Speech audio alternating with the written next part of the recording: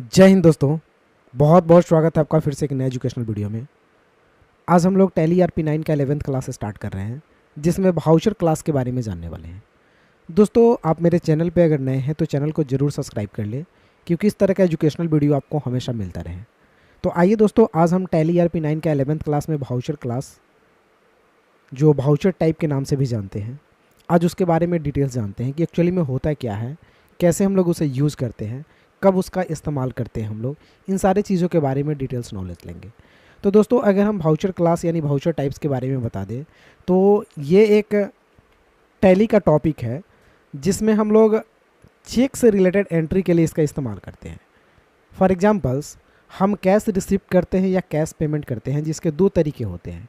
या तो कैश में ही कर ले या फिर हम चेक में कर ले, यानी बाई बैंक के थ्रू कर ले।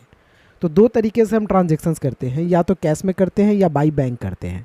तो अगर हम कैश में करते हैं तो डायरेक्ट उसकी एंट्री पेमेंट या रिसिप्ट में कर लेते हैं, लेकिन अगर वही चीज़ हम चेक के थ्रू करते हैं तो उसकी एंट्री पेमेंट और रिसिप्ट में करते हैं तो ये गलत भी हो जाता है, और प्लस अगर कर भी लेते हैं तो उसे ढूंढने में काफ़ी सारे वक्त लग जाते हैं।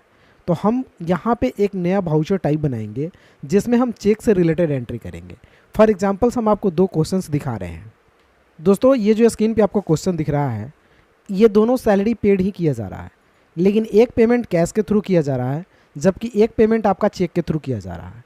तो इस दोनों में अंतर ये है कि ये दोनों एंट्री दो वाउचर में हम लोग बनाएंगे, ताकि इसे खोजने में मुझे दिक्कत ना हो, क्योंकि इसमें एक कैश की एंट्री है और एक बाई चेक की एंट्री है। हमने पेमेंट किया तो एक को मैंने कैश दिया जो काउंटर कैश है, और दूसरे को मैंने चेक काट करके दिया। तो ये दोनों दो टाइप्स की एंट्री है, लेकिन दोनों में काम सेम हो रहा है, सैलरी ही पेड किया जा रहा है। तो इस दोनों क्वेश्चन में अगर टैली में बनाना पड़े इस दोनों क्वेश्चंस को, तो हम लोग कैसे बनाएंगे। तो आइए देखते हैं। इसके लिए मुझे वाउचर टाइप की ज़रूरत पड़ेगी, मुझे वाउचर टाइप पढ़ने होंगे। तो वाउचर में हम क्या कर लेते हैं कि पहले हम एक वाउचर बनाते हैं बैंक पेमेंट के नाम से। वाउचर बनाने के लिए आपको गेटवे ऑफ टैली में रहते हुए अकाउंट्स इन्फो में जाना है।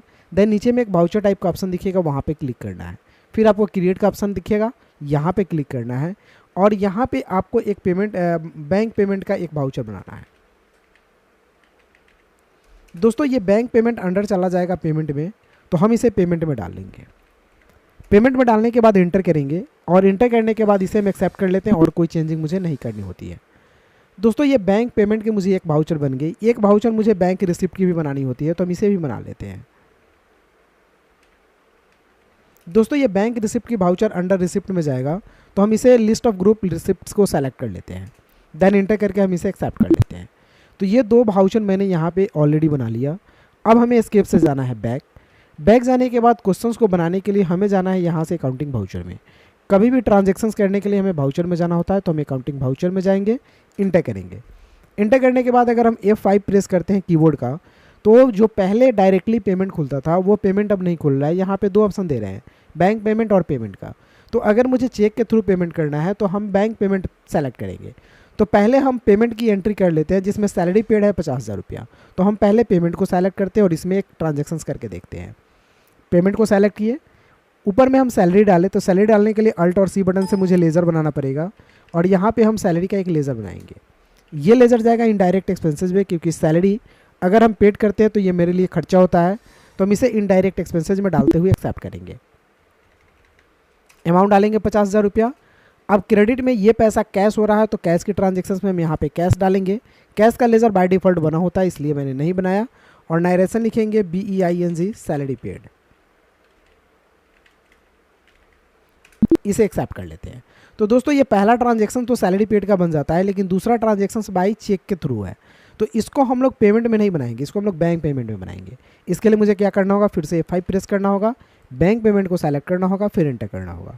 अब यहाँ पे बैंक पेमेंट खुला, ठीक है। हम DR में सैलरी ही डालेंगे, 50,000 रुपया अमाउंट भी डालेंगे, इंटर करेंगे। लेकिन क्रेडिट में कैश नहीं होगा, क्योंकि ये चेक पेमेंट है, तो यहाँ पे हम बैंक डालेंगे, और बैंक की लेज़र बनी हुई नहीं होती है, तो अल्ट सी से मुझे नया बनाना पड़ेगा। तो हम यहाँ पे एक लेज़र बनाते हैं बैंक का। ये under list of group bank account में जाएगा, कोई भी कंपनी का बैंक हो बैंक अकाउंट में ही जाएगा, और इंटर करके इसे हम एक्सेप्ट कर लेते हैं। एक्सेप्ट करने के बाद अगर चेक का डिटेल्स डालना चाहते हैं तो यहाँ पे आप लिख सकते हैं, अदरवाइज यहाँ पे भी हम लिख सकते हैं being salary paid by cheque, और इसे हम एक्सेप्ट कर लेते हैं। तो दोस्तों ये दोनों क्वेश्चंस बन जाती है। अगर इसी तरह रिसिप्ट की भी कोई एंट्री होती है तो रिसिप्ट में भी सेम प्रोसेस होता है। F6 से अगर प्रेस करते हैं तो यहाँ पे भी दो बॉक्स खुलेंगे, जैसे रिसिप्ट का अलग एंट्री होगा, बैंक रिसिप्ट का अलग होगा। जैसे अगर हम रिसिप्ट पे जाते हैं और एक इंटरेस्ट रिसिप्ट करते हैं 2000 रुपये का, तो यहाँ पे क्रेडिट में इंटरेस्ट रिसिप्ट का लेज़र बनेगा। अल्ट C करते हैं और बनाते हैं यहाँ पे इंटरेस्ट रिसिप्ट। दोस्तों ये इंटरेस्ट रिसिप्ट का लेज़र इनडायरेक्ट इनकम में जाएगा, बिकॉज ये मेरे लिए प्रॉफिट है, इनकम है, पैसा आ रहा है, तो इसे इनडायरेक्ट इनकम में डालेंगे। अमाउंट 2000 ही डालते हैं और इंटर करने के बाद ये कैश है तो कैश को कैश में सेलेक्ट करते हैं और इंटर करके नरेशन लिखते हैं being interest receipt, INT receipt.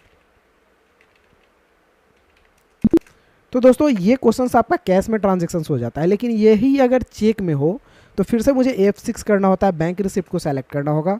अब यही इंटरेस्ट हम रिसिप्ट कर रहे हैं लेकिन चेक के थ्रू कर रहे हैं। अमाउंट 3000 कर लेते हैं। अब चेक के थ्रू कर रहे हैं तो डेबिट में हम कैश नहीं लिख सकते हैं, तो यहाँ पे बैंक का लेजर बना हुआ है मेरा, हम बैंक को सेलेक्ट करेंगे और इंटर करने के बाद चेक डिटेल्स जिस रिसिप्ट कर रहा है जो चेक से, उसका डिटेल्स हम यहाँ पर डाल सकते हैं और इंटर करने के बाद नरेशन लिखेंगे हम लोग being INT receipt by cheque. तो इस तरह से दोस्तों ये एंट्री आपका बन जाता है। अब इस एंट्री को अगर देखना होता है तो आपको बैक जाना होगा और बैक जाने के बाद आपको डिस्प्ले ऑप्शन में जाना है, देन इंटर करना है, आपको डे बुक में जाना है, इंटर करना है। अब इंटर जैसे कीजिएगा तो यहाँ पे आपको ये सारे एंट्री दिख जाएंगे। अब आपसे अगर पूछा जाए कि इसमें बाई चेक एंट्री कितना है और कैश एंट्री कितना है, तो तुरंत आप यहाँ पे काउंट करके बता देंगे। पेमेंट है तो कैश एंट्री है, रिसिप्ट है तो कैश एंट्री है, बैंक पेमेंट है तो चेक एंट्री है और बैंक पेमेंट है तो चेक एंट्री है। तो यहाँ पे एक बैंक पेमेंट 50,000 का चेक एंट्री है और यहाँ पे एक बैंक पेमेंट 3000 का चेक एंट्री है। मैंने 53,000 का ये बैंक पेमेंट का एंट्री है और रिसिप्ट में एक आपका 50,000 का है जिसको पेमेंट किए हुए हैं कैश में, और रिसिप्ट का 2000, 52,000 का आपका कैश में है। तो आप इस चीज़ को जल्दी मिला पाएंगे अपने जो काउंटर पे है कि मैंने चेक कितना दे दिया, कैश कितना दे दिया। ये चीज़ आपको देखने के लिए ये काफ़ी इंपॉर्टेंट होता है वाउचर टाइप। तो दोस्तों आज के हम लोग क्लास में वाउचर टाइप के बारे में डिटेल्स जाने, फिर हम लोग जानेंगे अगले क्लास में कुछ नया टॉपिक। तब तक के लिए जय हिंद।